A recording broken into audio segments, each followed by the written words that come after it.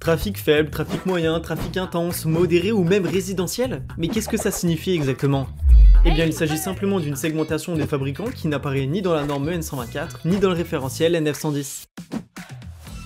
Donc, elle n'est pas réglementée et les fabricants peuvent définir librement les niveaux de trafic de leur solution.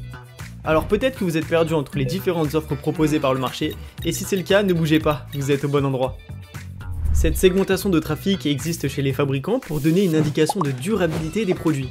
C'est un point important pour les collectivités, puisque pour un budget quasi équivalent, le retour sur investissement ne sera pas le même. Prenons l'exemple des tampons articulés pour regard de visite, en D400, offrant un diamètre d'ouverture libre de 600 mm et certifié conforme par la FNOR. Il existe à ce jour plus de 25 produits différents disponibles sur le marché qui correspondent à ce cahier des charges. Mais qu'est-ce qui les différencie alors?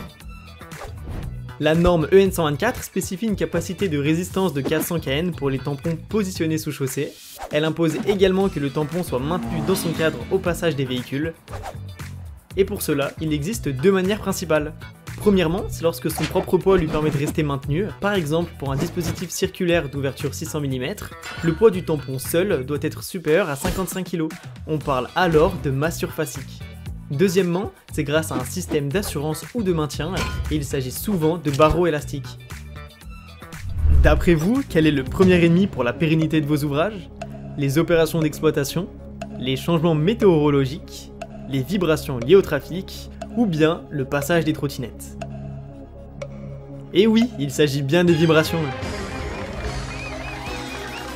La caractéristique du poids est un élément déterminant dans la classification des niveaux de trafic.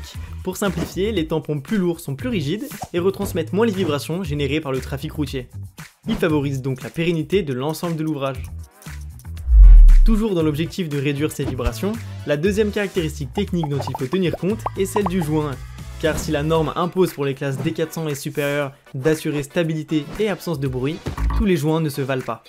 En effet, on en retrouve principalement deux types, d'un côté des joints standards à base d'éthylène, et de l'autre des joints plus qualitatifs en élastomère qui absorbent mieux les vibrations liées au trafic. Comme vous l'aurez compris, les deux caractéristiques dont il faut tenir compte pour un ouvrage durable sont le poids et le joint. Pour résumer, un dispositif de 85 kg équipé d'un joint élastomère est adapté pour les zones de trafic intense grâce à sa capacité à absorber les vibrations.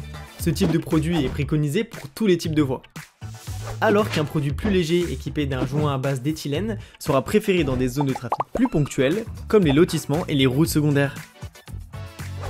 Évidemment, d'autres caractéristiques de conception peuvent également participer à la bonne tenue d'un dispositif dans le temps. Cependant, le poids et le joint restent les deux éléments les plus importants à identifier pour choisir un tampon en fonction du niveau de trafic auquel il sera soumis. En cas de doute, privilégiez un tampon de type trafic intense.